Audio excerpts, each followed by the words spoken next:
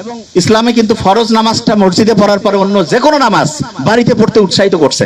আমার তো মাঝে মধ্যে মনে হয় যে বাড়িতে নামাজ পড়েই বইটা একটু হাতে নেওয়া উচিত। বইটা একটু হাতে নিলাম, নিয়ে একটু যদি পড়ি, ব্রেইনে আলফাবেট তৈরি হয়েছে। আচ্ছা, অনেকের মাথায় প্রশ্ন আসে যে ভাই নামাজ পড়লাম, ব্রেইনে আলফাবেট তৈরি হলো, কতক্ষণ থাকবে? এটা বোঝার একটা এক্সাম্পল দেই। ফ্যান একটা চলতেছে, যদি বন্ধ করি সাথে সাথে কি অফ হবে?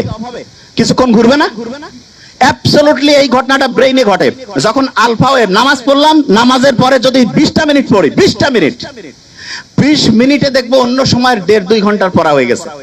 তাইলে আর্লি মর্নিং 4-5 ঘন্টা, আর প্রত্যেকবার নামাজ পড়ছে, নামাজ পড়ার পরে যদি 20 থেকে 25 মিনিট করে পড়ি, ইনশাআল্লাহ ব্রেইনে দেখবো 20 মিনিটে 2-2.5 ঘন্টার পড়া হয়ে যাবে। তার মানে বাকি টাইম অন্য যে কোনো কাজই করি না কেন, ইনশাআল্লাহ আমার পড়া, একাডেমিক, তারপরে অ্যাডমিশন, যেই লেভেলে আমি পড়তে চাই, ইনশাআল্লাহ অসাধারণ প্রিপারেশন হয়ে যাবে।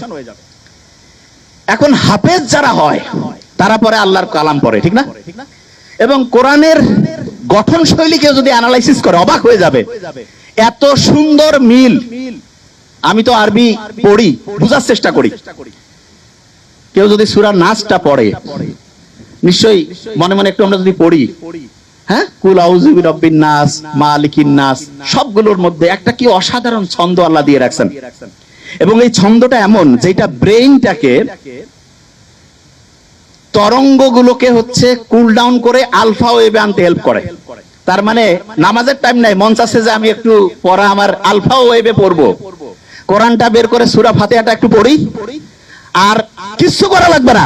তারপরে হচ্ছে 20 মিনিট পড়বো, ব্রেইন আলফা ওয়েভে ইনশাআল্লাহ 20 মিনিট অটোমেটিক কাজ করবে। অনেকে মনে করে কোরআন পড়তেছি টাইম লস হবে, মূর্খ। ব্রেইনে আলফা ওয়েভ থাকলে যাই করব 20 মিনিটে তো 1.5-2 ঘন্টা। কেউ পারবে আমার সাথে? কেউ পারবে? প্রশ্নই আসে না।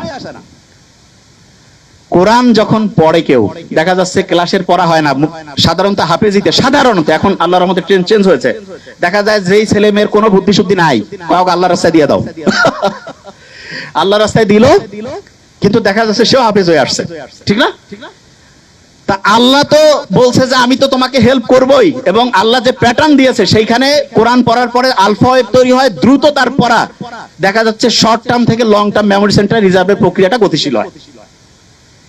তার মানে আমরা 3টা জিনিস অলরেডি শিখছি, শেয়ার করেছি 3টা জিনিস। নাম্বার 1, আর্লি মর্নিং যদি পড়ি, ব্রেইনে কোন ওয়েভ? আলফা। যখন নামাজ পড়লাম তারপরে কোন ওয়েভ? যখন কোরআন পড়লাম তারপরে কোন ওয়েভ? আলফা।